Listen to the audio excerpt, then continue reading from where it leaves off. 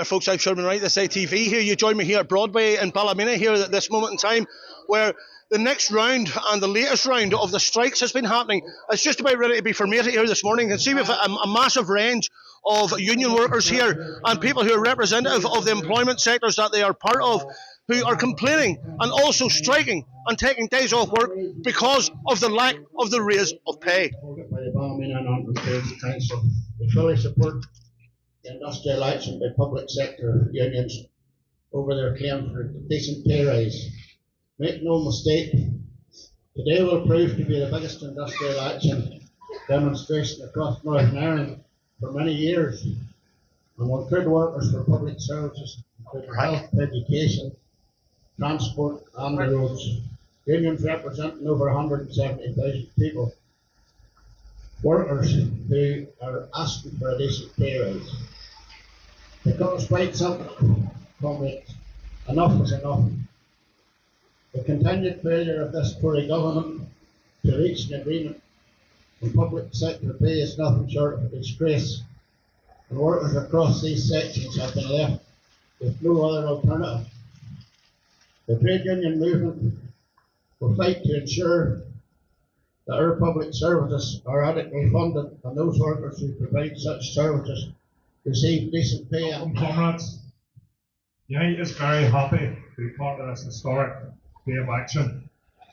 I'd like to congratulate all those who have shown such leadership and determination in this strike action, in particular the striking Unite members of Health, Social Care and the Education Authority, Bus and Rail Services, Road Service, Forestry Service, Rivers Agency, Ferry Workers, Historic Environment Division and the PSNI staff, and all those others from other trade unions across the region. As we embark on this historic day of industrial action, let our unified actions reverberate as a powerful message to those in power. Our demand is crystal clear. Fair pay that reflects the unwavering dedication of each worker, safe staffing levels that ensure the delivery of quality services, fully funded public services that meet the essential needs of our community. Trades Council for organising this event. My name is Alistair Donaghy. I work for one of the 5 teacher unions that make up the Northern Ireland Teachers Council: INTO, UTU, NASUWT, NAHT and NEU. And together we represent 22,000 teachers. Teachers are out on strike with the rest of the public sector unions. Teachers haven't had a pay rise in Northern Ireland since September 2020. You cast your mind back to what was happening in September 2020. Our teachers were keeping schools open for the children of key workers and vulnerable children. No thanks. Since then, cost of living crisis like nobody has ever seen. No thank you, no recognition. What we are asking for is pure and simple. It's not an argument about money, percentages or pound signs. It's parity with teachers across these islands. Newly qualified teachers in Northern Ireland, cross the border, £8,000 of a difference. Get the boat to Scotland, £8,000 of a difference. Stay in Northern Ireland, no pay rise. Why would you go into teaching? Why that's relevant to us today is that our teachers educate the workers of tomorrow. They're a crucial part of the public sector, and they're being not just ignored, but they're being devalued, and that has to stop.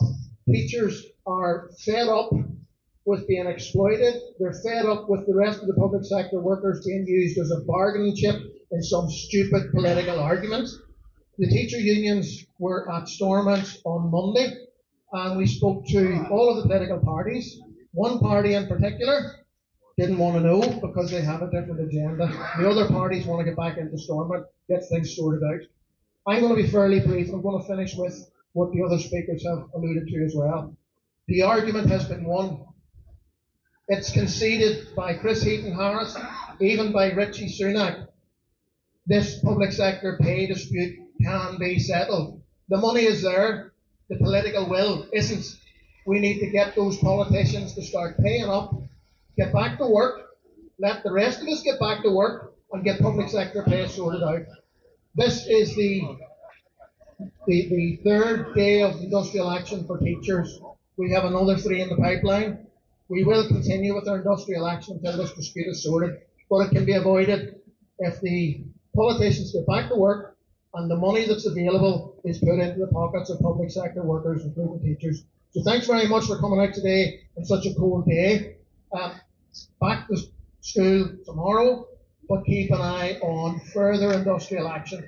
The other thing just to highlight for people who aren't teachers, as well as strike action, teachers are engaged in action short of strike.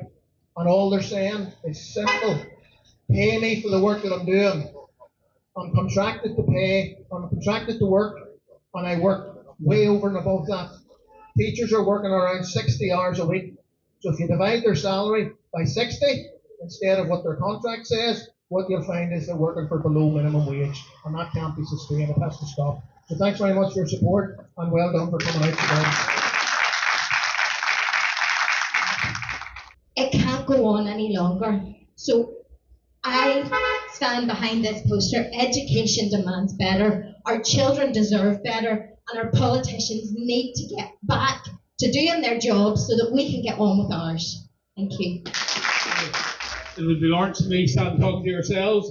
So I'm overwhelmed by the support that you've shown this morning. We have trade unionists from all of our sectors, and that's absolutely encouraging. And I think we're sending out a very strong message. I'm not going to rehearse the speeches that have been made. We're sending out a very strong message about the determination of trade unionists to get a better situation than we have at the present time, and call upon all of our politicians, whether they're sitting in the Hill, whether they're sitting in Westminster, wherever they are, to take cognizance of the strength of feeling there is among the trade union family. So I want to thank you again for this. I want to say thanks to the Council for the use of the facility, for PSNI for facilitating it as well, because we had their permission too. And a very big thanks now to Councillor Rodney Quigley and to the members of the Ballykeil Youth Football Team, who are very generously providing tea and sausage rolls for anybody that needs a wee warm up. So give yourself a big round of applause. Thank you very much.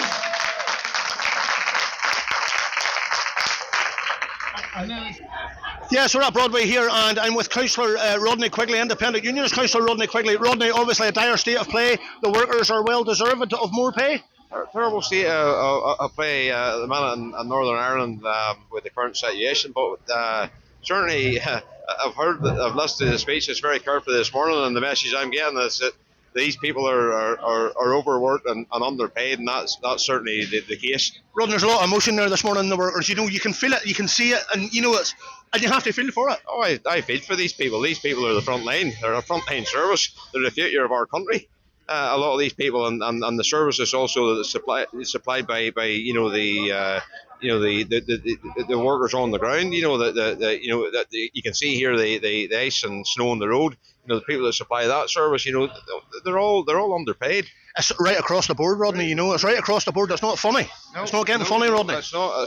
It's as you say, right across the board. And I think it's time these people get a fair pay rise. Right. Yeah, with Alistair Donaghy here, the representative of the Ulster Teachers Union. Alistair, obviously a very emotional morning for a lot of people in Ballymena, for the workers, the workforce out in every sector being covered in force and trying their best to make sure that people hear the voice of the working class people of Northern Ireland to state that they're not happy with the state of play. Money has not been invested. Infrastructure is going left, right and centre. Everything's going pear-shaped. But most importantly, wages and the price of living. How do people deal with it? I think the crucial thing to remember is that taking strike action is the absolute last resort. We've been in negotiating with employers, with the government, with politicians for months and months and months trying to make some progress. We can't make progress, so we've got no alternative than take strike action. Teachers are the last group of workers that want to take strike action because it has an adverse impact on schools, on pupils and on parents. So we're very mindful of the impact of the strike action, but we have no alternative. Teachers in Northern Ireland haven't had a pay rise since September 2020. Other parts of the public sector, they might not like the pay rises, but there has been some level of increase. Teachers, there hasn't been. And that's because teachers are being ignored. Now, what happens when teachers are not being paid properly is that the young qualified teachers don't come into the job in Northern Ireland. So Schools can't recruit teachers because if you're getting 24 grand starting salary in Northern Ireland, you can get the boat across to Scotland and get 31,000 for doing exactly the same job. Cross the border from Newry into Dundalk, you get 6 grand of a difference instantly. And that's what's happening to Northern Ireland teachers. We have the best qualified new teachers in these islands. You have to get 4 straight A stars to get into teacher training.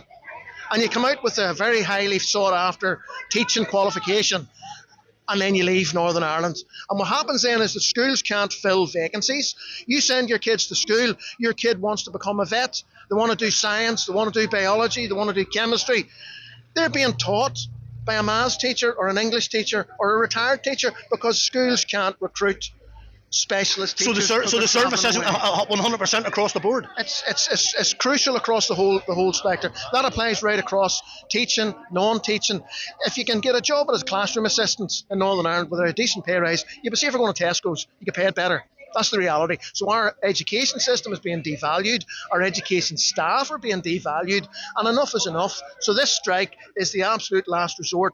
But for us in the teachers' unions, this is the 3rd time we've been out on strike. We have another 3 strike dates in the calendar, and we'll continue to strike until this is sorted out, because Chris Heaton-Harris, the Prime Minister, and most of the politicians in Northern Ireland have made it absolutely clear.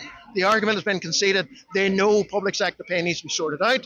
They have said the money is there. There's just no political will to spend it. And we have to keep the pressure up. We have to keep targeting the politicians, the Secretary of State, that this action will continue until public sector pay is resolved. And Alistair, financial distribution then across the board, obviously, not to use that word again, but financial distribution obviously has to be, it's not about tomorrow or yesterday, it's about today. It's about getting it sorted as soon as possible. And obviously Stormont's a lot to do with it too. Heaton-Harris won't release the money until obviously we have the Democratic Unionist Party back in government, which doesn't seem to be happening anytime soon. It's not happening anytime soon, but even all of the employers, all of the public sector bodies, all of the leaders of the employers wrote to the Secretary of State saying the money that you've said is available for public sector pay, decouple it away from the political settlement of getting Stormont up and running. Put the money into people's pockets now. They deserve it. I think that makes sense, but doesn't it? It does make sense to most right-thinking people, and I think that's why it is so frustrating. When this could be sorted out, this strike didn't need to take place today. It's almost a game, isn't it? It's almost a game, isn't it? It is a game, and public sector workers are being used as pawns in that game. We're being used as bargaining chips, and that's completely unacceptable. The employers themselves have come out and said this is immoral, and it is immoral. It's not right, and it has to stop. And our action today is a part of a process that is designed to start targeting that and to stop public sector workers being used and abused and pay them properly, because this society relies on the public sector. Our schools, our hospitals, the welfare system, it all relies on the public sector workers, and you have to pay them a living wage, you have to pay them a rate for the job, and they're not getting that at the minute, and that has to change. And I think we'll end by saying if Ulster workers get disgruntled, well, you can torment the frog until it bites you. You hear it here, folks, at Broadway today at the strikes across SDLP Mid-Stanton representative and candidate, Mr. Eugene Reid. Eugene, obviously, a lot of sentiment here this morning, a lot of emotion from the people in the Ballymena and Antrim trade union amalgamations and associations. You have to feel for the people, you have to feel for the Ulster workers. Well, Sherman, we're standing here in the freezing cold, in the snow, at the Harmony Hub in Ballymena, surrounded by people who have dedicated themselves to their roles, whether it be in teaching or healthcare or the public sector generally, and they haven't been treated fairly in any way, shape or form. In the last 2 to 3 years, these people haven't had a pay rise. They kept the schools open during the pandemic and looked after children who were children of key workers and vulnerable children.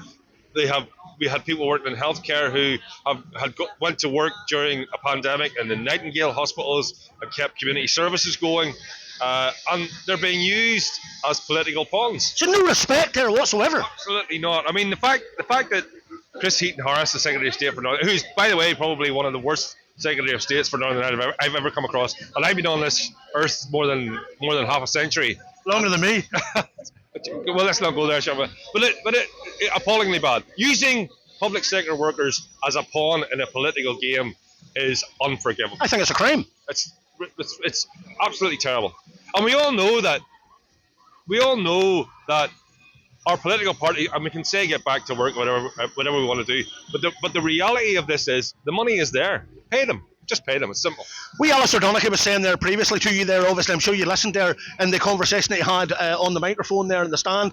Alistair was saying that if you take away, apart from the 40 hours, the 60 hours that, just to use this as, the teachers are working for less than minimum wage. Absolutely. That surely you couldn't stand as an abomination of anybody's labour. Absolutely. It's without doubt, Sherman. I mean, our public sectors have relied on the goodwill of the workers for years and years and years. Whether it's teaching, whether it's transport, whether it's healthcare, it doesn't matter.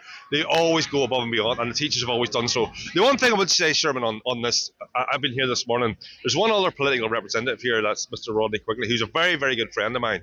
The absence of political representatives here this morning, to me, is appalling. I'm a former SDLP councillor in Ballymena, but the reality is there are 6 other councillors apart from Rodney who should be here this morning standing in solidarity with these workers, and they're not here.